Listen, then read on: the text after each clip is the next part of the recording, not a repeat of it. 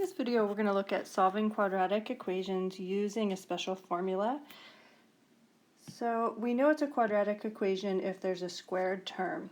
And sometimes we can just take the square root of both sides.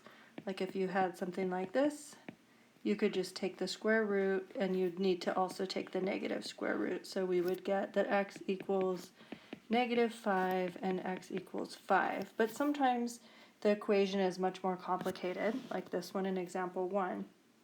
So what we can do instead is use this formula, and the a, b, and c, those relate to the numbers, the coefficients in front of the squared, x squared, the just plain x, and then a plain number.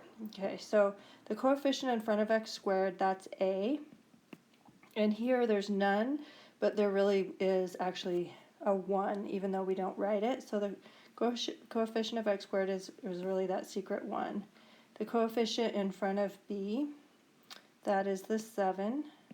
And then the number by itself, that's c. So in this case, in this problem, that is 10. Okay, so now what we do to solve our equation is we're going to copy this quadratic formula just exactly. So we take equals.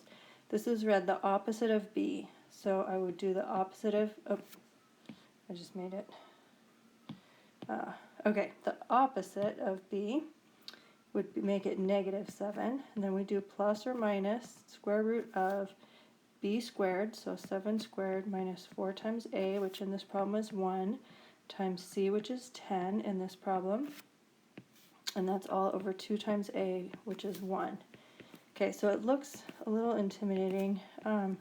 We're just going to take it step by step. Okay, the first thing I'm going to do is I'm going to square my 7. So I'm going to get 49. And then I'm going to go ahead and do this multiplication. 4 times 1 is 4, times 10, that would be 40. And just copy the rest of this thing down, so that's all over 2. Then I get -7 plus or minus 49 minus 40 is 9 over 2. So then this is -7 plus or minus the square root of 9 is 3. Whoops, I don't need to write a square root anymore because I already took that action. Okay, and that's all over 2.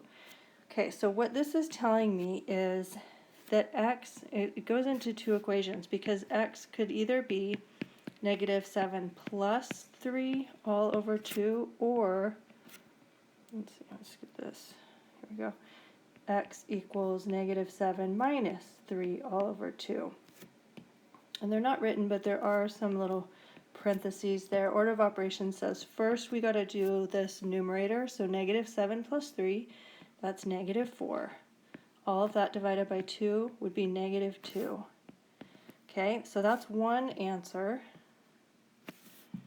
And then the other answer for x would be -7 minus 3, that's -10, divided by 2, that is -5.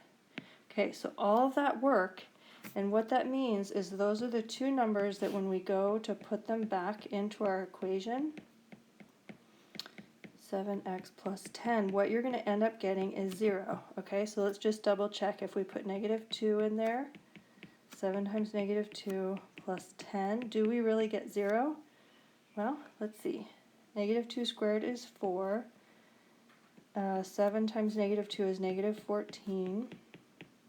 4 plus -14, that's -10, plus 10, yeah, we end up getting 0.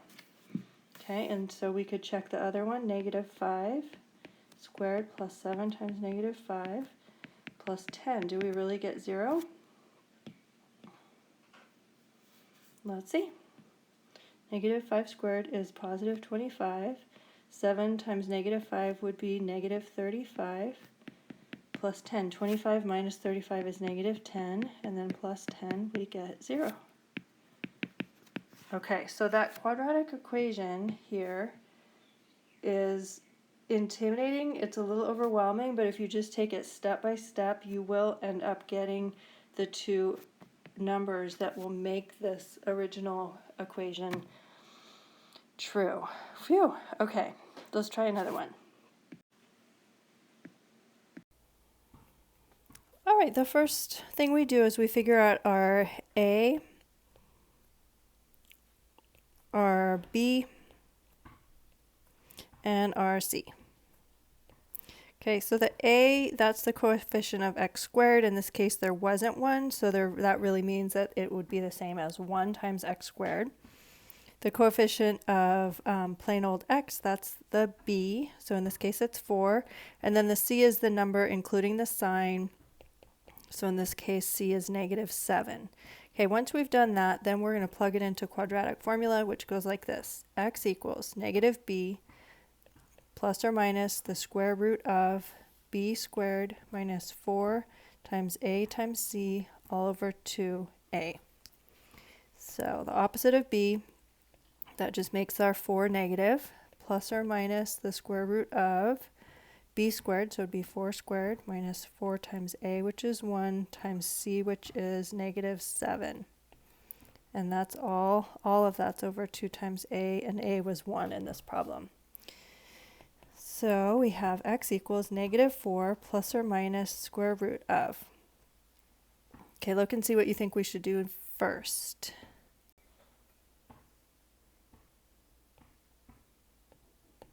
All right, if you decided it should be 4 squared, well done. We want to do that power first. 4 squared is 16.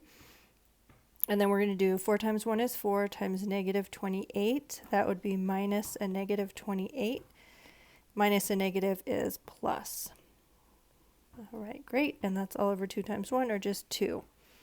So then we have x equals -4 plus or minus 16 plus 28 is 44 divided by 2. Now 44 is not a perfect square. Square root of 36, that's 6. Square root of 49 is 7. So square root of 44 is somewhere in between 6 and 7. So we're going to just do an approximation here with a calculator. So x is approximately, let's see, browser, go to Desmos. All right, so square root of 44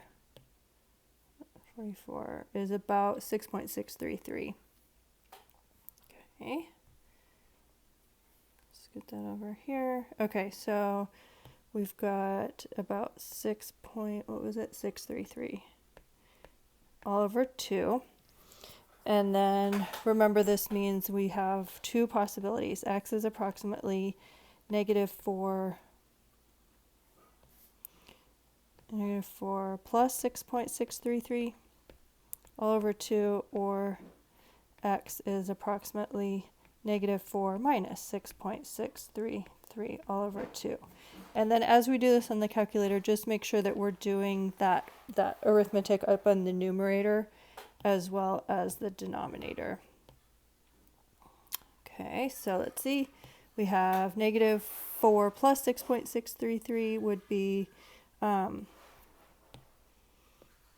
that would be 2.633 divided by 2, which is, let's see, 2.633 divided by 2 is, let's just round that to the nearest hundred. So that's 1.32. And then the other answer would be, we got -4 minus 6.33, so that's -10 divided, or 0.633 divided by 2, and that is 5, -5.3165, so 5.32. All right, and that is done. All right, so let's try this next one. You can, if you're feeling confident, you could go ahead and pause the video and see what you come up with. But if you feel like you could handle one more example with me, then let's go through it together. Okay, so the coefficient of x squared, that's our a. The coefficient of x, that's our b. So the, a is 9, b is -12, and c isn't quite set up yet. What we need to do is subtract 5 from both sides, because the quadratic formula only works if it's set equal to, it has to be set equal to 0. So that's the first step, is set equal to 0. Okay, so now c is -5. Okay, once we do that, then we can go ahead and find the solutions to x. So x equals the opposite of b plus or minus the square root of b squared minus 4ac all over 2a. Here we go. So x equals the opposite of b, so the opposite of -12, plus or minus the square root of -12 squared minus 4 times a, which is 9, times c, which is -5. And that whole thing is over 2 times a, and a is 9. Okay, and now we just take it step by step. The opposite of -12 is a positive 12. So plus or minus. Now we're going to do -12 squared, which is a positive 144. And now we'll do this. -4 times 9 is -36 times -5. Let's see. That is 180, and that would be positive. So plus 180 all over 2 times 9, which is 18. So then we get 1 plus 180. Go ahead and do our addition in here. Copy everything else down. So I've got 12 plus or minus the square root of 324.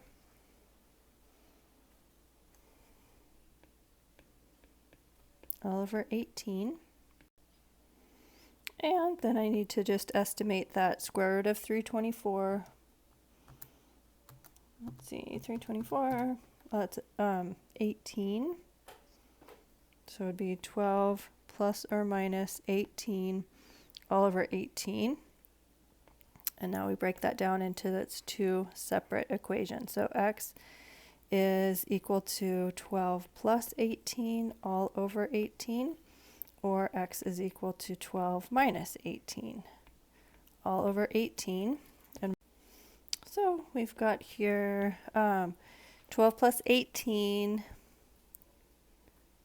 that would be 30, divided by 18, and I'll just round that to the nearest hundredth, so that's 1.67. And that one's done. That should be an approximation though. Okay, and then 12 minus 18, that's -6 divided by 18. That could simplify down to 1/3, -1/3, or we could approximate it as a decimal, -0.33. And that's done. So the important thing on here is that first step, if it's not set equal to 0, make sure that you do that first. Okay, and then we're ready for our next thing, which is to define a, b, and c, and then we can just plug that into our quadratic formula. All right, one more try. We'll do the next one. 2. Oh my God. And there, that's... Okay, so give yourself a little bit of time. It's already set equal to 0. So go ahead and pause the video and see if you can come up with the answer.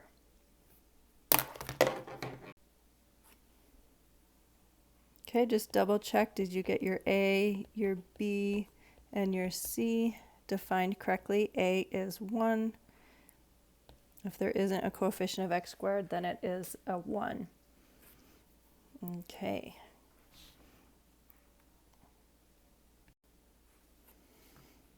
All right, so there you go. We should, once we plug these in, get -0.44 and -4.56.